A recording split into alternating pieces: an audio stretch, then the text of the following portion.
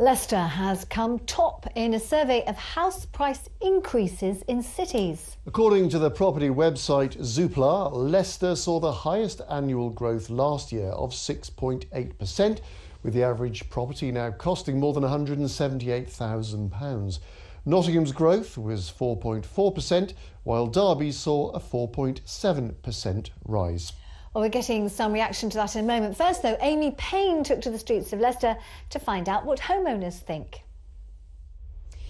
Property owners may be interested to hear that all UK cities have registered price rises for the first time since 2015, and that growth is led by Leicester. Let's see what those who live here have to say about that. I wouldn't have thought that at all. Wow. Okay. I wouldn't say Leicester, probably Nottingham. I'd probably say Leicester, Derbyshire. You're correct. Oh, well, there you go. It's a long time since I've been looking for properties, so I wouldn't have thought that, no. So I suppose as a homeowner, good news today? Well, potentially, yes. Good news if you live in Leicester, definitely, yeah. I think it's good, obviously, because we are both homeowners, but difficult if you want to get your foot on the ladder. Yeah. I think it's become more and more difficult for young people to actually secure that mortgage, I would say. Yeah. And do you think that Brexit is perhaps affecting that? It's all about Brexit. Brexit's affecting everything.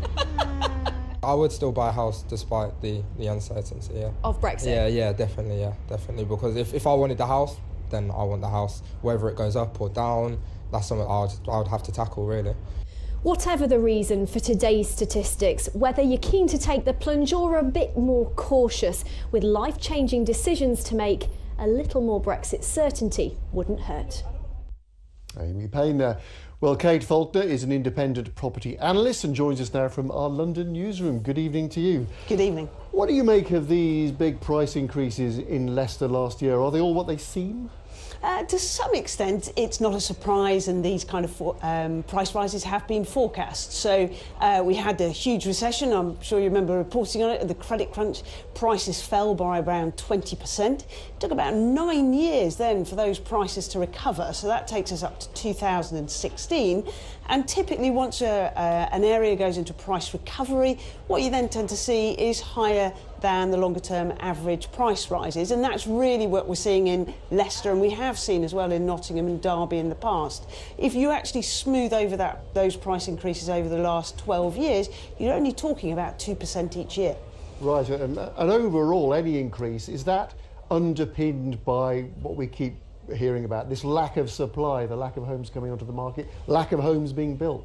Well, to some extent, although some areas are actually doing quite well, and certainly Nottingham's doing pretty well in terms of building homes, but it's also naturally house prices will go up as people's salaries are going up. And indeed, if you look at that 2% price growth over the last 12 years, that tends to be the wage rises that not everybody will have seen, but that we see on average.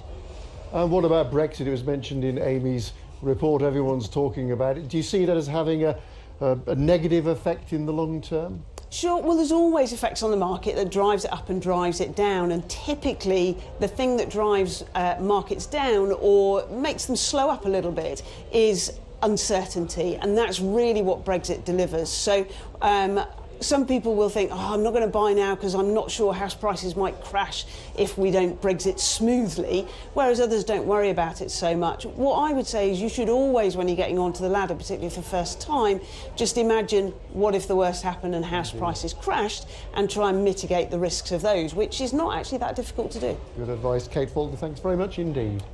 Pleasure.